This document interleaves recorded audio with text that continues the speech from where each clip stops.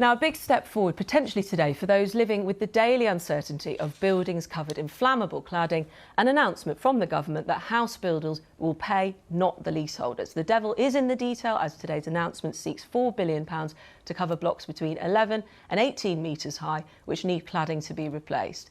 But there are big questions about whether this policy will work.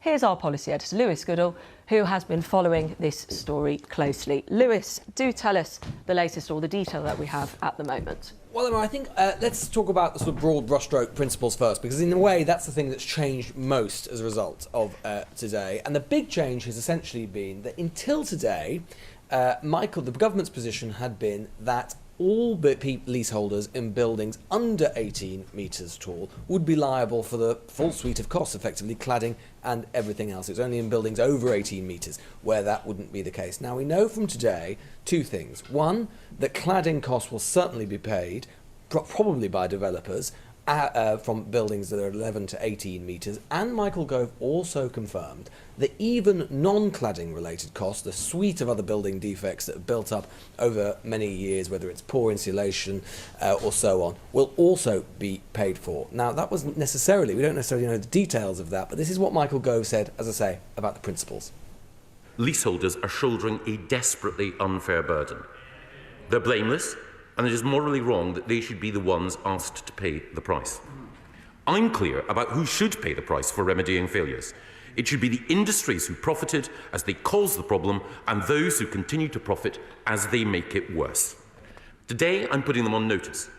To those who missold dangerous products like cladding or insulation, to those who cut corners to save cash as they developed or refurbished people's homes, and to those who sought to profiteer from the consequences of the Grenfell tragedy, we are coming for you.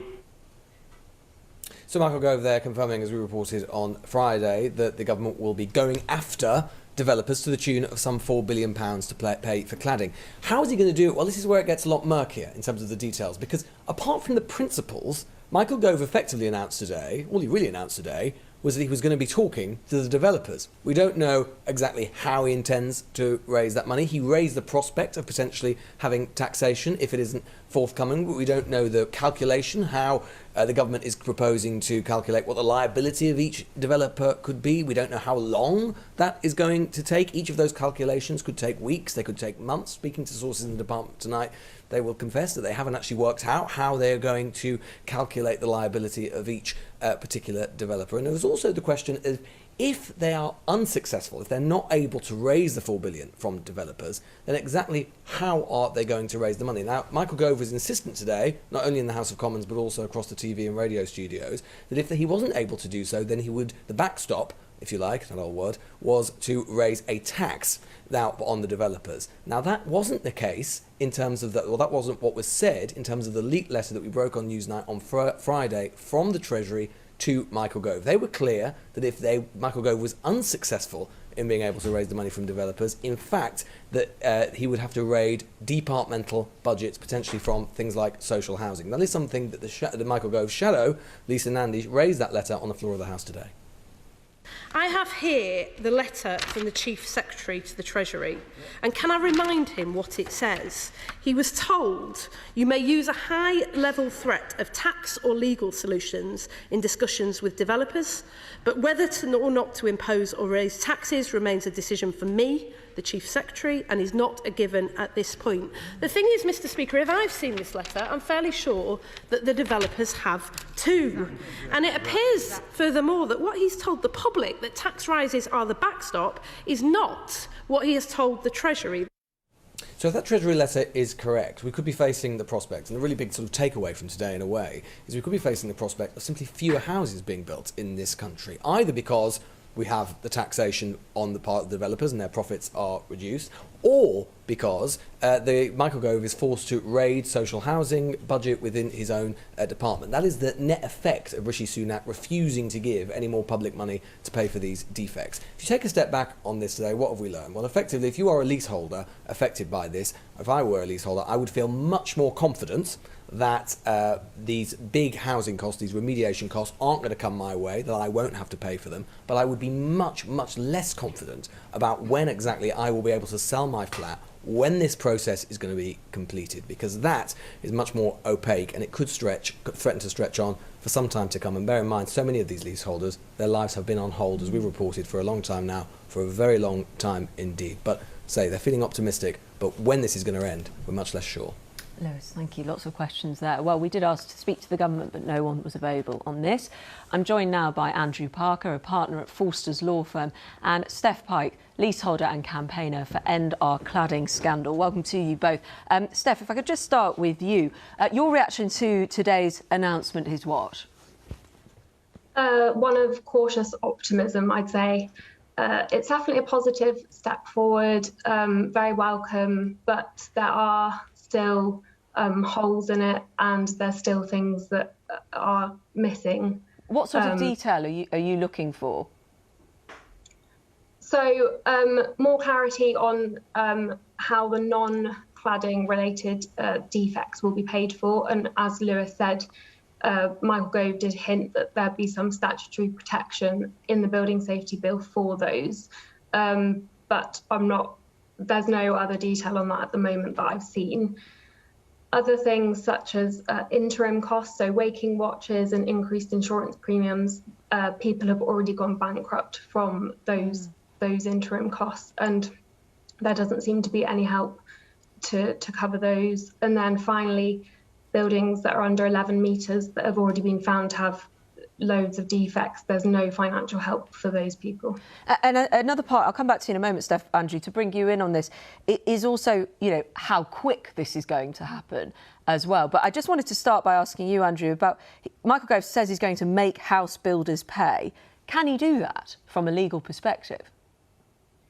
Well, he hasn't said how he's going to do it, and what he's set out in a high-level plan is to encourage the developers to contribute, and if they don't, there's an imposition in law which he says will come their way. Now he doesn't explain what that is, and it's not at all clear what kind of legal process he can use to force them to pay.